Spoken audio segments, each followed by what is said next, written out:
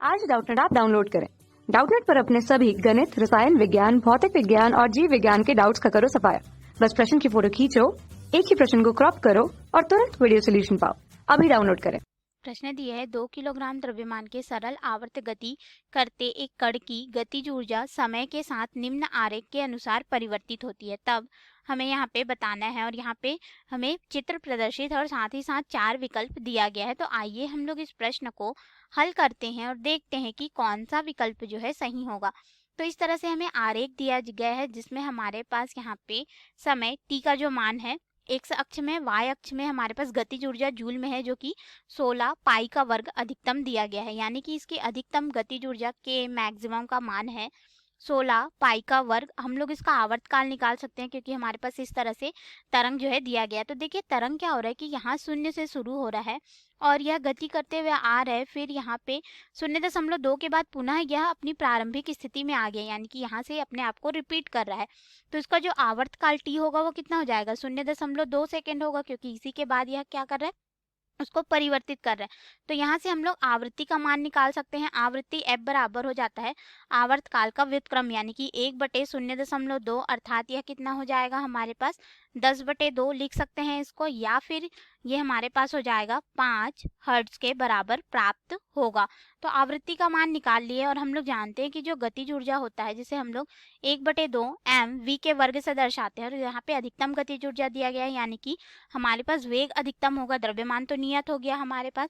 तो ये हो जाएगा k मैक्सिमम के बराबर, जो कि यहाँ पे देखिए तो 1/2 नियत है, वस्तु का द्रव्यमान नियत है, यानी कि अधिकतम गतिज ऊर्जा जो होगी k मैक्सिमम का मान यह समानुपाती हो जाएगा हमारे पास वेग के अधिकतम मान के वर्ग के, इस प्रकार से ले सकते हैं। या फिर हमारे पास यह हो जाएगा k मैक्सिमम बराबर v मैक्सिमम के वर्ग के बराबर। ठीक है, यहाँ पे एक समानुपाती नियतांक आएगा जिसे हम लोग यहाँ पे नहीं रख रहे हैं, उसका मान नियतांक के ही रूप में होगा। ठीक है, अब हम लोग यहाँ पे क्या करेंगे, मान रख देंगे तो हमें वेग का मान मिल जाएगा। तो इसके वर्ग को इधर पक्षांतर करेंगे तो v मैक्सिमम बराबर हो जाएगा वर्गमूल अधिकतम गतिज ऊर्जा का मान, और हमारे पास अधिकतम गतिज ऊर्जा का मान पता है 16 पाई का वर्ग, यानी कि हमारे पास यह कितना हो जाएगा 4 पाई प्राप्त होगा, वर्गमूल से बाहर आएगा तो यह हमारे पास वेग हो गया तरंग का।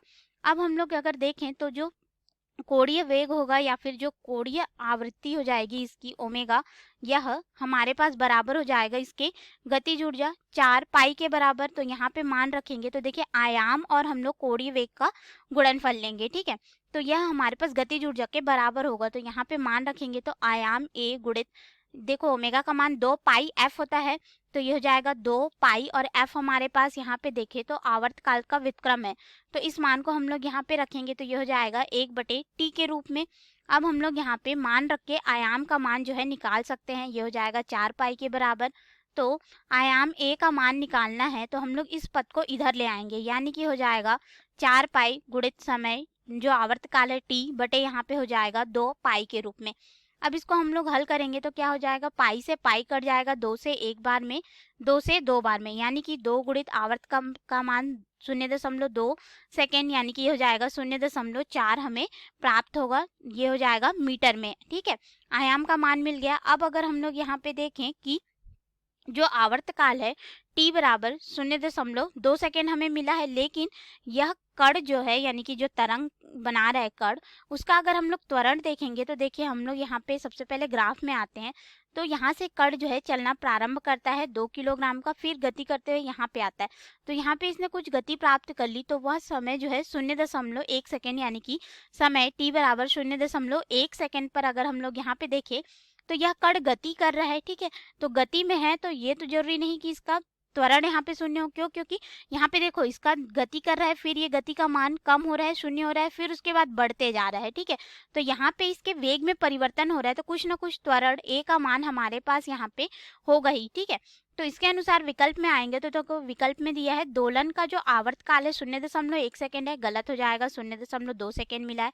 दोलन की आवृत्ति है, आवृत्ति तो है लेकिन यहाँ पे अगर हम लोग देखें तो दोलन की आवृत्ति हमें कितनी मिली है 5 हर्ट्ज, तो यहाँ पे सिर्फ आवृत्ति है बोला गया, तो इसको हम लोग गलत कर देंगे। फिर दिया गया है दोलन का आयाम 0.4 मीटर है, तो ये बिल्कुल सही है। हमारे पास आयाम जो है 0.4 मीटर आया है।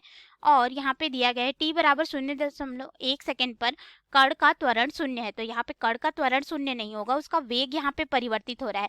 अधिकतम मान से ये कम होते होते न्यूनतम मान की ओर आ रहा है, ठीक है। तो त्वरण का मान जो है 0 नहीं होगा, यहाँ पे कुछ ना कुछ त्वरण है, तो हमारा डी भी गलत है, यानी कि जो सही विकल्प होगा हमारा सी विकल्प होगा। धन्यवाद।